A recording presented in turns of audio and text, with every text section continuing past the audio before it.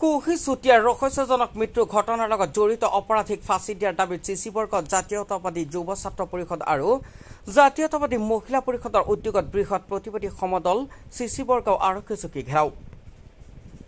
ধেমাজি জিলা চিচি বৰ্গাঁও আৰক্ষী চকীৰ অন্তৰ্গত গড়মৰা গাঁৱত যোৱা 15 এপ্ৰিলৰ সন্ধিয়া নিজ ঘৰৰ পিছফালে টেণ্ট হাউচৰ সামগ্ৰী ৰখা ঘৰত চিপলোৱা অৱস্থাত চিচি বৰ্গাঁও বিজ্ঞান মহাবিদ্যালয়ৰ একাদশ শ্ৰেণীৰ ছাত্ৰী তথা পুলিন চুতীয়াৰ 17 বছৰীয়া কন্যা কুহি চুতীয়াৰ মৃতদেহ উদ্ধাৰ হৈছিল। ঘটনাৰ পাছত অঞ্চলটোত আজিও প্ৰতিক্ৰিয়া অব্যাহত আছে। কুহি চুতীয়াই আত্মহত্যা কৰা নাই, ই এক পৰিকল্পিত হত্যা বুলি অভিযোগ উত্থাপন কৰিছে গাঁওখনৰ একাংশ ৰাইজে। সেই সন্দৰ্ভত উত্তেজনা অব্যাহত আছে অঞ্চলটোত। ৰাইজৰ অভিযোগ অনুসৰি কিশোৰীগৰাকীৰ পিতৃ বৰদেউতাক মাহীমাক আৰু আইতাকে মিলি হত্যা কৰি আত্মহত্যাৰ ৰূপ দিয়াৰ অপচেষ্টা কৰিছে। ইতিমধ্যে চিচি বৰ্গাঁও আৰক্ষী চকীত দিয়া এজাহাৰৰ ভিত্তিত আৰক্ষীয়ে তিনিজনকৈ লোকক আটক কৰিছে।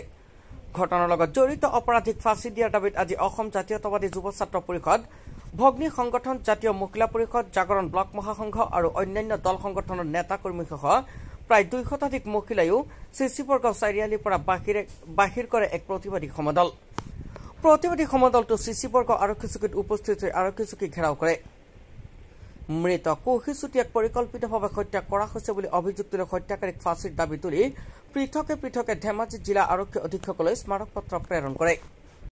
উচিত তদন্ত, উচিত ন্যায় পাবই লাগিব। আমি বহুত দীঘলীয়া নকৰোঁ, কাৰণ কেলে ন্যায়ালয়ত আইনৰ সুবিধা লৈ পেলাই দোষীসকলে যাতে বাচি নাযায়, অভিযুক্তসকলে যাতে তেখেতলোকৰ গোচৰ ল'ব নালাগে। দোষী শাস্তি হ'ব লাগিব। তেখেতলোকৰ গোচৰ আমাৰ ধেমাজি জিলাখনত থকা প্ৰতিজন অভিযুক্তলৈ আমাৰ অসম জাতীয় যুৱ ছাত্ৰ পৰিষদৰ পৰা আমাৰ অনুৰোধ, তেখেতলোকে যাতে গোচৰীয়া কেইজনৰ হত্যাকাৰী কেইজনৰ গোচৰ নলয়। এইটো অঞ্চলত আমি বাৰে বাৰে দেখিবলৈ পাইছোঁ যে অনাগত দিনত এনেকুৱা ধৰণৰ ঘটনা সংঘটিত হৈ আহিছে। আমি প্ৰশাসনক আমি অনুৰোধ জনাইছোঁ তেখেতলোকক যাতে এই অঞ্চলৰ শান্তি মৰ্যাদা বজাই ৰাখিবলৈ প্ৰশাসনকো আমি ইয়াৰ দ্বাৰা অনুৰোধ জনালোঁ। নাৰীৰ ওপৰত অত্যাচাৰ আৰু হত্যা এতিয়া আমাৰ চিচি বৰগাঁও জাগৰণ ব্লক মহাসংঘ, চিচি বৰগাঁও মহিলা সমতা ছ'চাইটি আৰু নাৰী আদালতৰ যোগেদি আমি একেটা অনুষ্ঠানেই, কিন্তু আমাৰ ভাগে ভাগে প্ৰতিটো পৰ্যায়তে কিশোৰীসকলৰ সবলীকৰণৰ কাৰণে আমি কাম কৰি আহিছোঁ। আমি অপৰাধীজনক ফাঁচি হ'লেহে ভয় কাম, নহ'লে ভয় নালাগে। সেইখন ঘৰতে আৰু 2টা হৈছে এতিয়া সংঘটিত, গতিকে আইনে এইটো এৰি দিব নালাগে। ইহঁতক মানে ফাঁচিৰ কাৰণে কিবা এটা যদি আছে ইয়াত মানে আইনগতভাৱে তেওঁলোকে সেইটো চাৰ্জশ্বিট বনাই ফাঁচিৰ কাৰণে তেওঁলোকক আমি দাবী জনাইছোঁ। খবৰ দিয়ে যে ওচৰৰ ছোৱালী এজনীয়ে মানে বোলে আপোনালোকৰ ভাগিনজনী ছুইচাইড হ'ল বুলি ক'লে। যেতিয়া আমি আৰক্ষী থানাত খবৰ দিলোঁ, গাঁওবুঢ়া আৰু ভিডিবি মহিলা চবকে খবৰ দিলোঁ।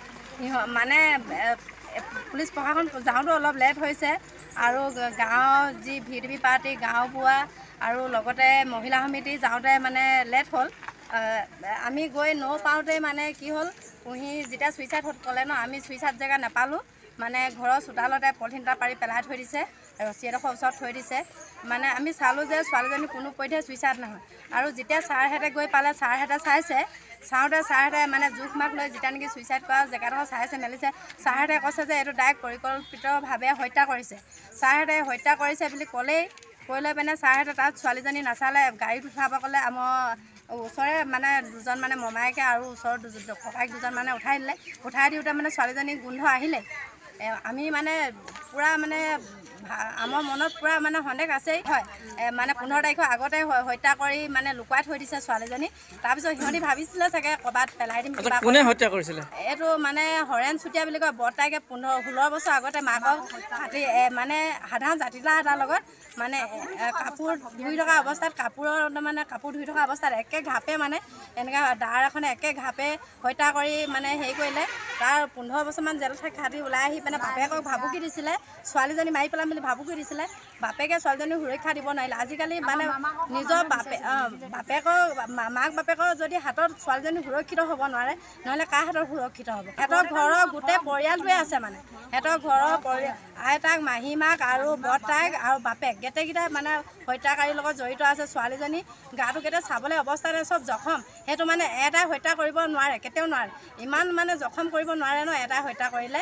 গোটেই মানে এইবোৰ মানে কটাৰ আগতে দাগ আছে, খোচাৰ আগতে দাগ আছে, মানে ডিঙি টেপা দিয়াৰ আগতে দাগ চবতে মানে দাগে আপোনালোকে চাব পাৰে সম্পূৰ্ণ তথ্য সহকাৰে দিব পাৰিম সেইটো কাৰণে আমি বিচাৰোঁ যে যাতে বাপেকে বৰতাইকে আগতে যেনেকৈ মাকক হত্যা কৰি জেলৰ পৰা ওলাই আহিলে এইবাৰ কিন্তু সেনেকৈ কেতিয়াও নহ'ব একদম ফাঁচি হ'বই লাগিব আৰু যিকেইজন জড়িত আছে সেইকেইজন যেন মানে যাৱজ্জীৱন কাৰাদণ্ড হ'ব লাগে সিহঁতে জেলত মানে যাৱজ্জীৱন থাকিব লাগে যাতে ওলাই আহিব নোৱাৰে।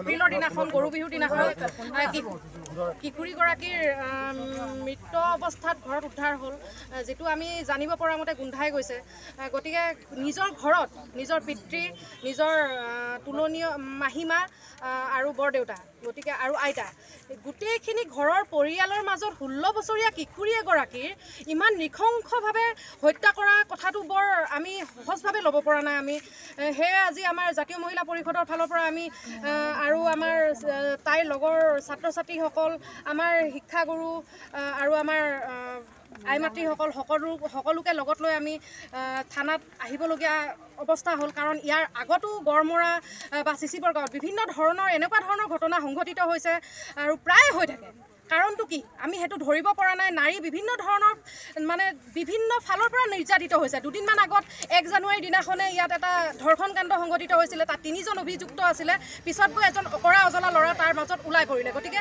এইখিনি আচলতে হৈছে ক'ত আইনৰে গাফিলতি আছে নে আমাৰ সামাজিক ব্যৱস্থাটোতে কিবা এটা ক'ৰবাত ফুটি আছে সেইখিনি আমি ধৰিব পৰা নাই গতিকে অনাগত দিনত আজি যিজনী কিশোৰী আমাৰ এনেকুৱা এটা অৱস্থাত আমি দেখিবলগীয়া হৈছে পুনৰবাৰ যাতে আমি কোনো এগৰাকী আমাৰ ছোৱালী আহি থকা ছোৱালী বা আমাৰ আহি থকা নৱপ্ৰজন্ম কোনো এজন গৈ ইমান নৃশংসভাৱে ইমান কষ্ট খাই মৰিব লগা পৰিস্থিতি এটা আহি নপৰে তাকে আমি আমাৰ আজি সকলোকে আমি অনুৰোধ কৰিছোঁ চৰকাৰকো অনুৰোধ কৰিছোঁ কাৰণ বিভিন্ন সময়ত আমি দেখি পাইছোঁ চৰকাৰৰ ফালৰ পৰা বেটি বচাও বেটি পঢ়াও এনেকুৱা ধৰণৰ শ্লোগান তেখেতলোকে দিয়াৰ পিছত কিমান ধৰণে কিমান নিকৃষ্ট কাণ্ড কিছুমান কৰি আমাৰ ছোৱালীবিলাকক হওক বা বিভিন্ন ক্ষেত্ৰত নাৰীসকলক হওক কেনেকুৱা ধৰণত মাৰিছে গতিকে সেইখিনি অসহনীয় হৈ গৈছে আৰু কিমান দিন আমি এনেকৈ ভুক্তভোগী হ'ব লাগিব কিমানখিনিলে কিন্তু পৰ্যায়লৈকে যাব আহি সমাজৰ চোতালত আহি কাটি থৈ যাব তেতিয়াও কোনো ধৰণৰ পদক্ষেপ নাথাকে কেনেকৈ আইনখন অন্ততঃ ইমানখিনি